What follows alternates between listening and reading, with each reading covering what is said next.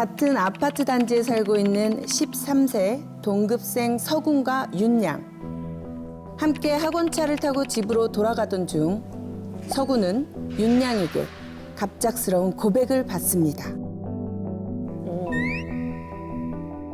서군이 집으로 들어가자 핸드폰으로 나 너 정말 좋아해 라는 메시지가 도착했는데요.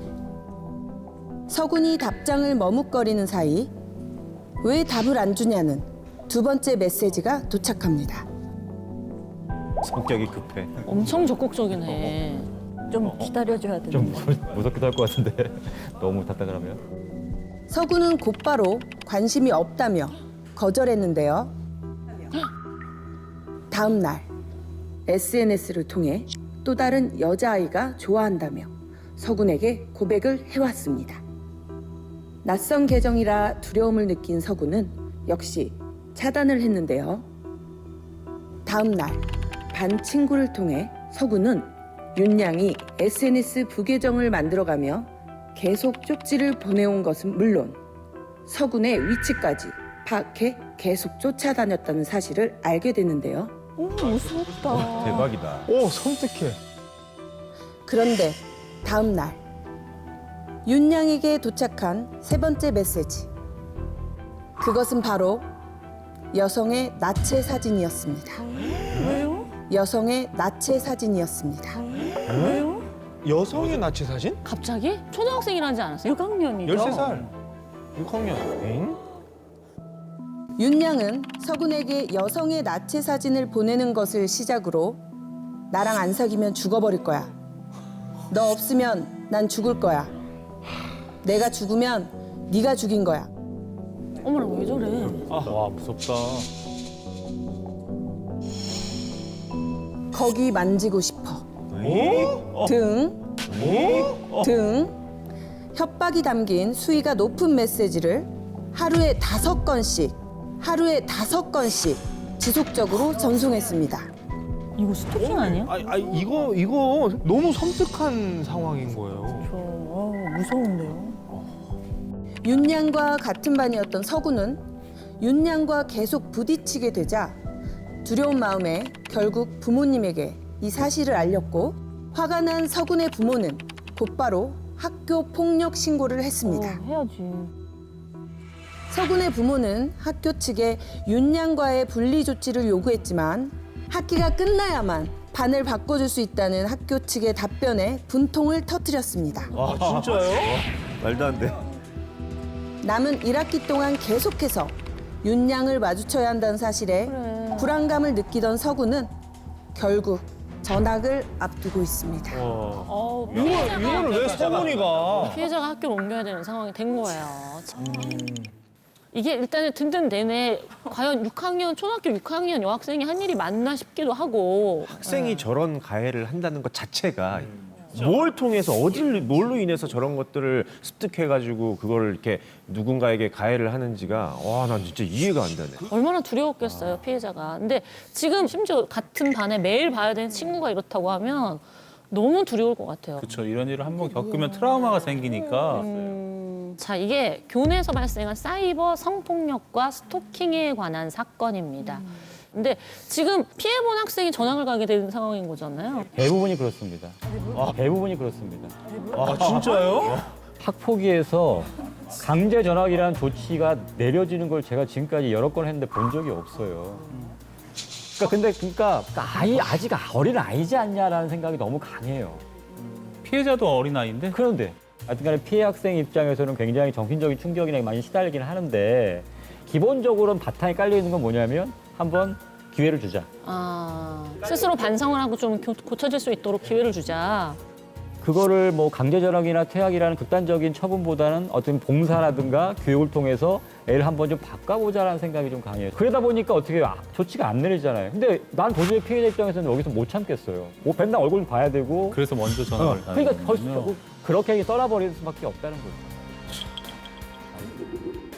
이게 그 가해자가 아니라는 이유로 너무 두루뭉술 넘어가는 것 같아요. 그러니까 이를테면 이거 집안 가정폭력을 당한 학대당한 아이를 조사하고 다시 집으로 넣는 거랑 똑같은 거 아니에요.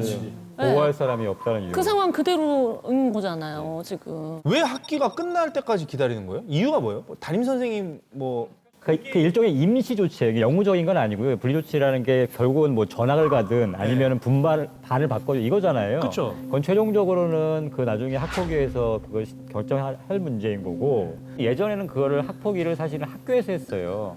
학교 자체적으로 위원도 뽑아가지고 이렇게 했었는데 그러다 보니까 학교가 그것 때문에 선생님들이 뭐 자기 본연의 일을 못하고 너무 시달리니까 그래서 사실 교육청으로 넘어간 거거든요. 근데 교육청으로 넘어가 버리면 이제 학교 차원에서 더 이상 이제 자기가 손을 쓸 수 없잖아요. 그러니까 그전 단계에서 어떻게든 무마시키려고 하는 설득해서 거지. 합의자를 만들어 올 테니까 와서 합의하라고 하기도 하고 그렇게 하는 경우가 많아요. 근데 그거는 학교 입장이지 그 부모는 그 아이는 트라우마잖아요. 그래서 보통은 그래서 피해자 쪽에서 원하면 무조건 학폭위로 갈 수밖에 없는데 그걸 자꾸 설득하는 거죠, 학교에서. 학폭위 자체를 그건 애한테도 애한테도 안 좋고 이러니까 원만하게 그냥 해결하시는 게 애한테도 좋다. 아니 그럼 이거 어떻게 어떡하라는 거야? 이거 무슨 대처를 어떻게 해야 할까요? 뭐 애한테 야 최대한 매력 어필을 하지 말아라. 가리고 다니.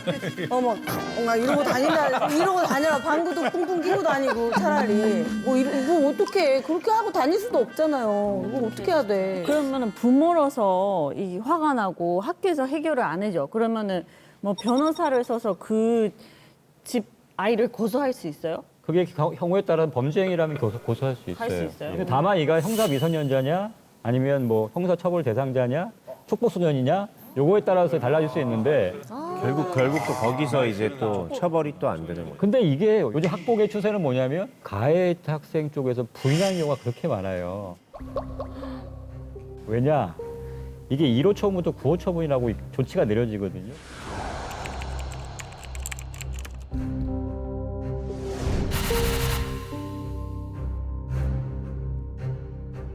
근데 1호만 돼도 다 기재가 학생부에 기재가 돼요. 그러니까 혹시나 자기 아이가 나중에 진학하는데 불이익을 당할까 봐 우리는 절대 그럴 리가 없다고 해요. 그게 단골로 나오는 멘트예요. 다 남아져 있잖아. 그러니까 이거 정도는 증거가 확실하게 남아있으니까 그런데 예를 들면 증거가 명확하지 않은 것들도 있을 수 있거든요. 그런 경우는 무조건 우리는 그럴 애가 아니다. 무조건 부인하면서 소송까지 가는 거예요. 미치겠어. 나는 우리 애들한테 야 어디 가서 누가 때리면 집에 와서 꼭 얘기해 이것만 얘기했지 이런 사이버 성폭력이나 스토킹에 대한 교육은 생각도 안 해봤어. 근데 우리도 지금 깜짝 놀랐잖아요. 그러니까. 이런 사건이 있는 줄도 상상도 못했어요. 네. 이게 지금 이 사건은 사이버 성폭력 스토킹에 다 해당이 되는 건가요? 이제 대단될 수 있습니다. 그 스토킹이라는 게 그것도 이렇게 물론 뭐 이렇게 여러 무자르듯이 가지 자를 유형이 수는 있을 수 있어요. 어떤 거냐면 상대방의 의사에 반해서 그다음에 결국은 불안감이나 공포심을 일으키게 하는 건데요. 그 행위들이 어떤 거냐면 집 앞에서 기다리고 있잖아요. 이것도 스토킹이에요. 그래, 그런 거 옛날 그 이상했어. 그다음에 문자나 카톡이나 이런 걸로 해서 영상이나 뭐 이런 거 계속 보내. 꼭 그 내용이 꼭 성적인 게 아닌다 하더라도 뭔가 누군가 계속해서 보낸다는 것 자체만으로도 사실은 불안이나 공포심을 느낄 수 있는 거예요. 예전에 우리가 뭐 10번 찍어 안 넘어가는 나무 없다라고 하면서 야, 그 계속 한번 가봐. 안 되는 거야. 이제는 안 되면 스토킹을 처벌받게 됩니다. 찍으면 안 되는 거죠. 그치. 그럼 고백이라는 것도 되게 신중하게 방법을 잘 생각을 해서 해야 되겠네요. 그러니까 고백이 한 번 하는 거는 뭐 문제가 크게 그치. 안 돼요. 다만 거절의 의사를 표시했는데도 불구하고 계속해서 하는 거는 그게 스토킹이 될 수 있다는 거죠. 그러면 변호사님 저 남편이 저한테 안 넘어와가지고요. 6개월 동안 쫓아다녔는데 그것도 스토킹 당한 원래 스토킹 한 거죠. 스토킹 당한 거야. 신고했어야 되는데 결혼을 하셨는데. 근데 결과적으로 성공했잖아요. 성공했는데 결과가 해피엔딩이가 괜찮아요. 다행히 결과가 좋아서 다행인 거야. 안 그랬으면 남편이 지금쯤 어딘가에서 야, 옛날 그 에바라는 여자가 6개월을 말이야. 신고당했다. 그럴 수 있었지. 아니 그럼 이거 어떻게 어떡하라는 거야? 이거 무슨 대처를 어떻게 해야 할까요? 그래서 저는 이렇게 얘기를 해요. 거절은 단호하게 할 필요가 있다는 거예요. 단호하게. 당신하고는 사귈 생각이 없다는 것을 명확하게 드러나게 표시를 해주라는 아니 거죠. 그러니까 알겠습니다. 죄송했습니다 하고 돌아가면 다행인데 그렇게까지 했는데도 조금만 더 생각해봐 자기야 막 이러면서 해코지를 하려고 하고 해코지를 막 계속해. 그러면 어떤 그렇게 조치를 계속해서 하면 경찰에 신고를 하실 수밖에 없어요. 그러면 여러 가지 임시 보호 조치를 해줘요. 뭐 접근 금지를 한다든가 연락도 못하게 하고 그걸 위반했을 때는 어떤 제재를 가하고. 그다음에 필요한 경우에는 이렇게 스마트워치에 누르면 바로 출동할 수 있는 그런 것도 있거든요. 그런 것들을 조치를 취해줄 수 있기 때문에 우선적으로 본인이 혼자서 해결하려고 하지 말고 우선은 이렇게 경찰에 신고해서 어떤 조치를 취해서 하는 게 왜 그 당사자가 불안해하면서 살아야 되고. 맞아요. 그 아이한테도 너가 뭐 빌미를 줘서 너가 뭘 잘못해서 이런 일이 벌어진 게 아님을 계속 설명하면서 설명해줘야 돼. 꼭 이렇게 단호하게 대처하라고 해줘야 좋습니다.